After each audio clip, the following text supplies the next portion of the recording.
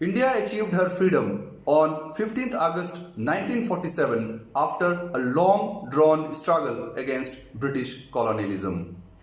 In this struggle, innumerable people made huge sacrifices.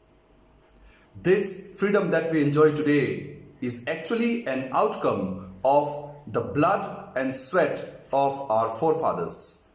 Therefore, we need to value this freedom as well as preserve it. Hello friends, my name is Vivek and welcome to Vivek's Zone.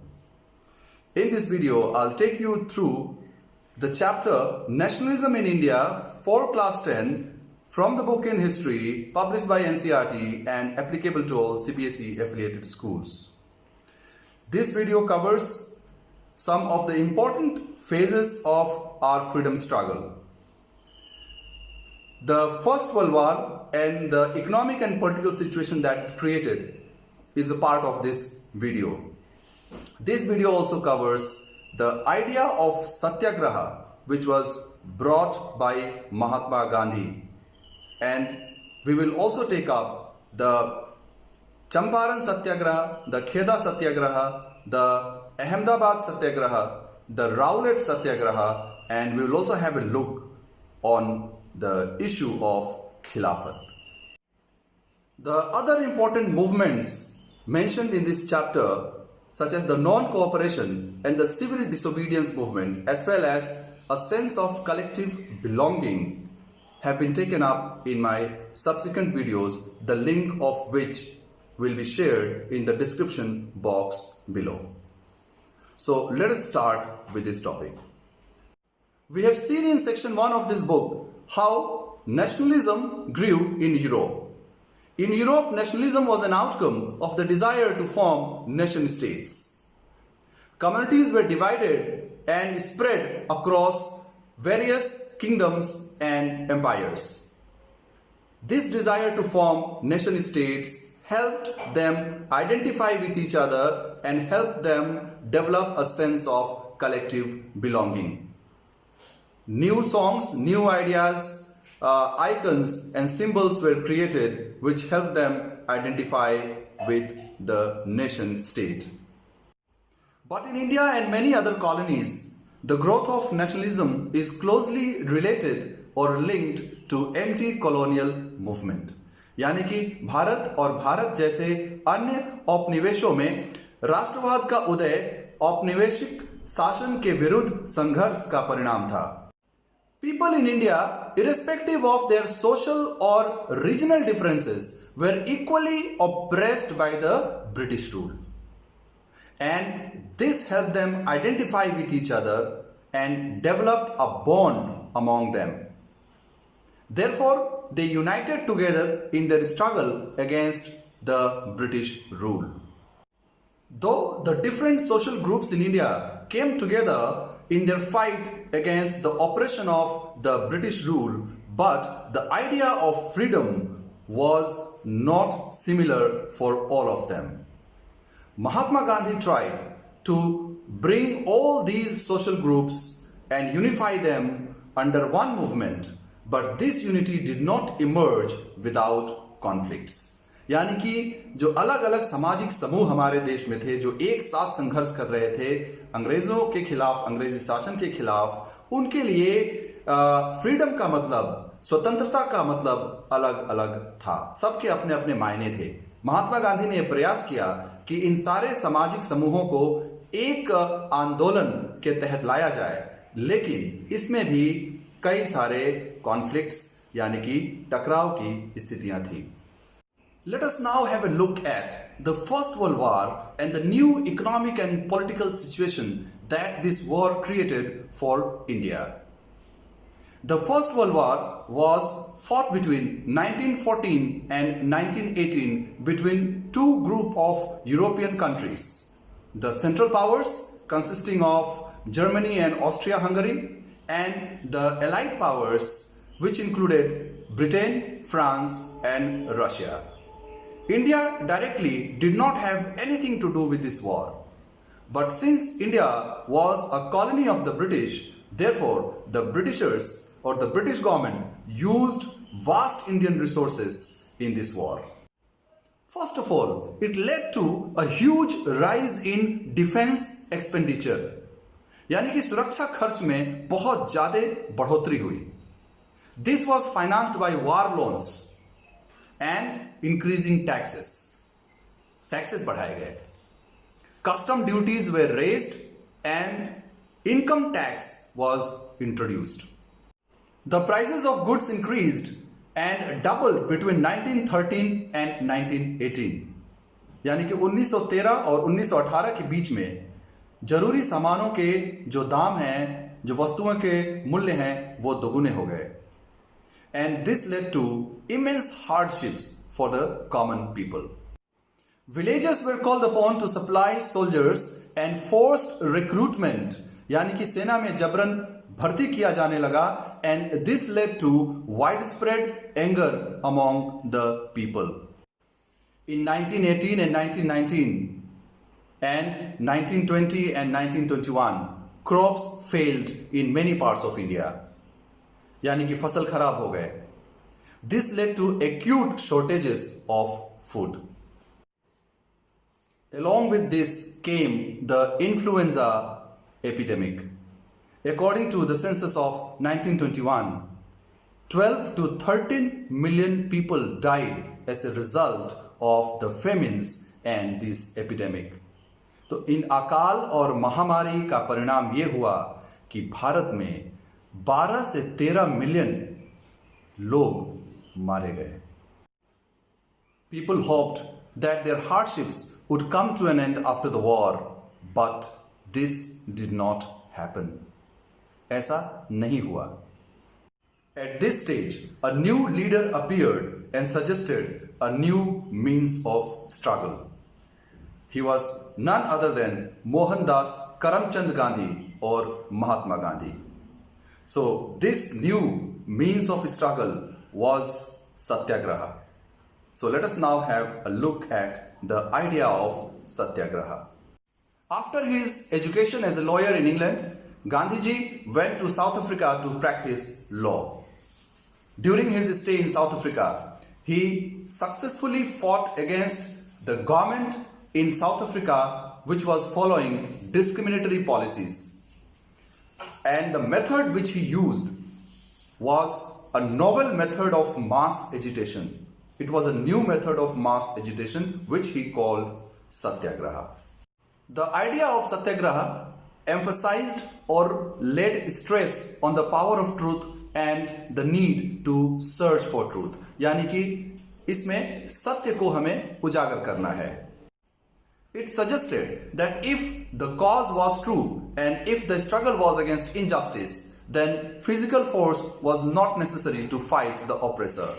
यानी अगर आपके संघर्ष का कारण जायज है और संघर्ष अन्याय के खिलाफ है, तो दमनकर्ता के खिलाफ किसी तरह के भौतिक बल के उपयोग की आवश्यकता नहीं है. Without seeking vengeance or revenge or without being aggressive, a satyagrahi can win the battle through non-violence.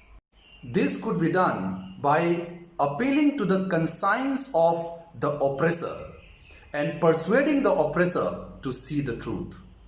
And in this battle, there is no scope of use of violence. यानी कि हम अहिंसक तरीके से जो दमन करता है उसे सत्य से हम परिचय करवाते हैं.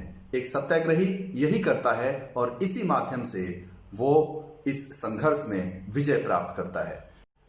According to Mahatma Gandhi, in this struggle, in this battle, truth was bound to triumph. Means truth was bound to be victorious, and he also felt and thought that this dharma of non-violence could unite all the Indians. तो सत्य की विजय होगी अगर हम इस सत्याग्रह के रास्ते पर चल के आंदोलन करेंगे, और यही वो रास्ता है जिससे पूरे भारत को एक सूत्र में बांधा जा सकता है. After arriving in India in 1915, Mahatma Gandhi successfully organized Satyagraha movements at various places. In 1916, he went to Champaran and he organized a Satyagraha movement against the oppressive indigo plantation system. तो नील के बड़े दमनकारी जो खेती का system था उसके खिलाफ चंपारण में उन्होंने सत्याग्रह किया। चंपारण बिहार में लोकेटेड है।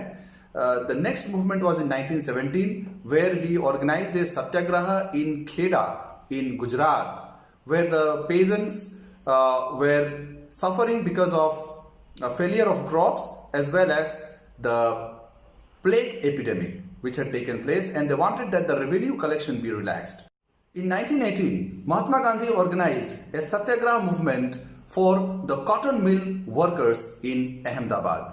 So these were the three important satyagraha movements which Mahatma Gandhi organized after his arrival in India from South Africa in 1915.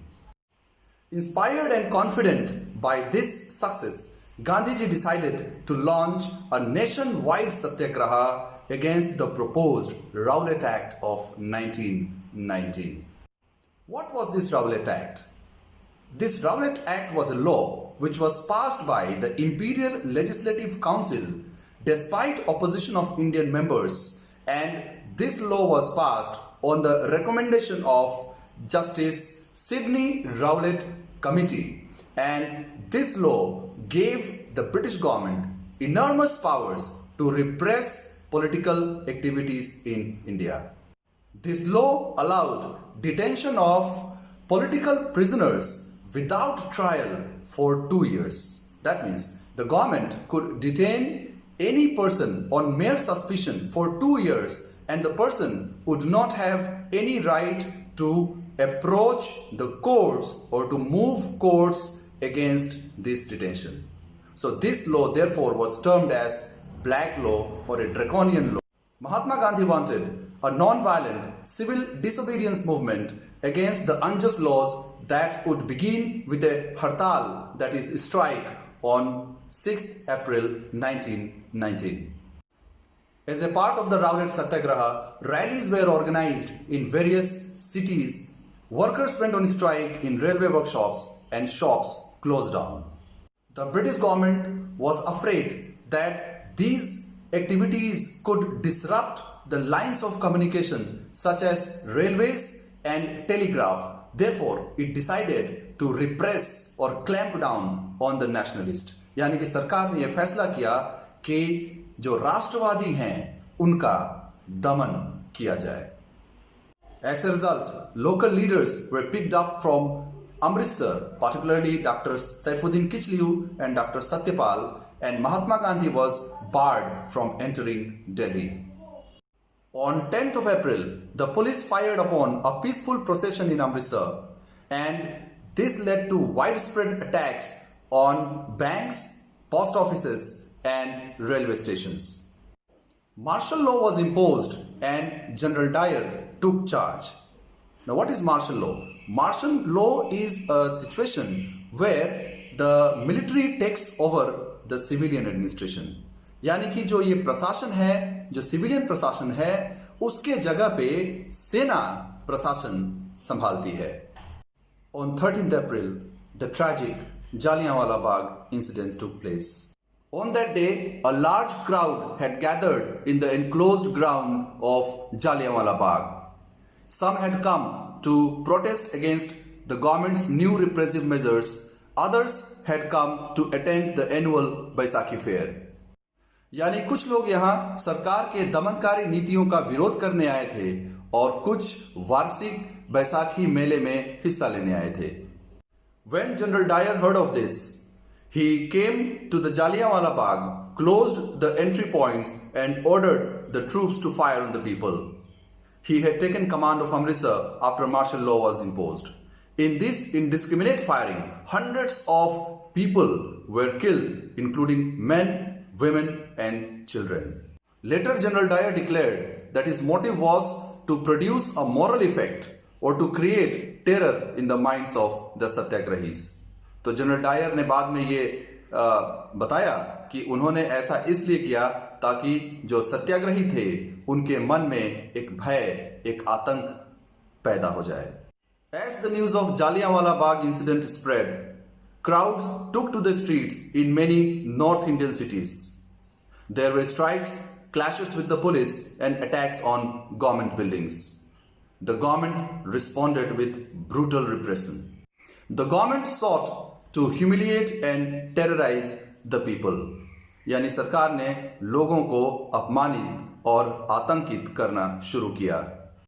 Satygrahis were forced to rub their noses on the ground, crawl on the street, and do salam or salute to all the sahibs or the English.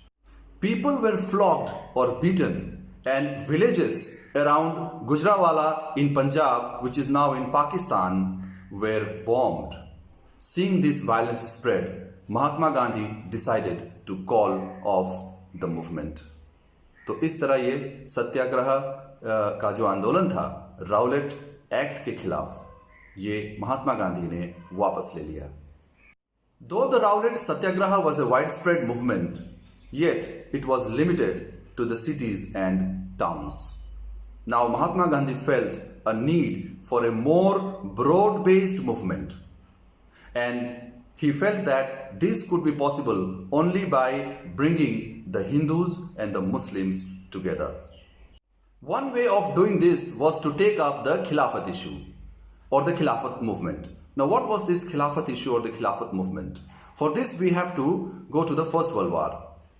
In the First World War, Ottoman Turkey was defeated, and there was a rumor that a very harsh treaty would be imposed on the Ottoman Emperor.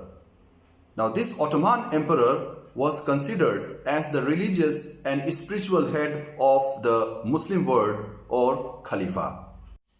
यानी कि प्रथम विश्व युद्ध में पराजय के बाद ऐसी संभावना थी कि ओटोमन तुर्की के सुल्तान पर एक कठोर संधि थोपी जाएगी. ओटोमन तुर्की के सुल्तान को पूरे विश्व के मुसलमानों का एक नेता या खलीफा माना जाता था.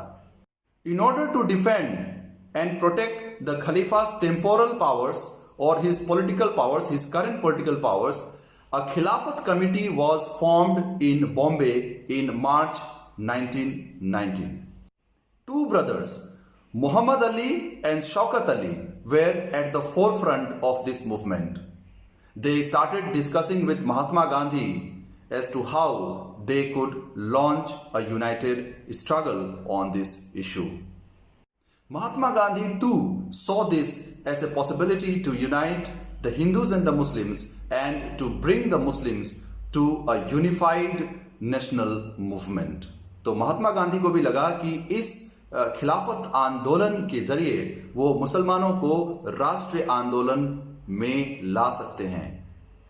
Therefore, at the Calcutta session of the Congress in September 1920, Mahatma Gandhi convinced other leaders to start a non-cooperation movement in support of Khilafat as well as for Swaraj or self-rule.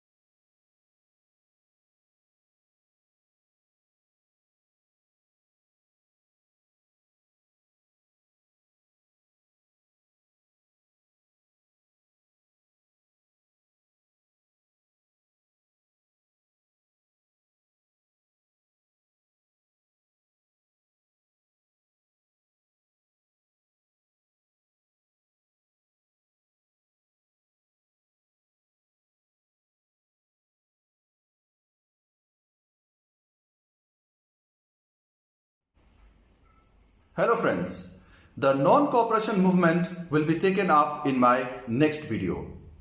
I hope this video was useful for you, and please do give a big thumbs up if you felt that this video helped you to understand the topic. And kindly subscribe to this channel so that more such videos keep coming to you. Thank you so much for watching.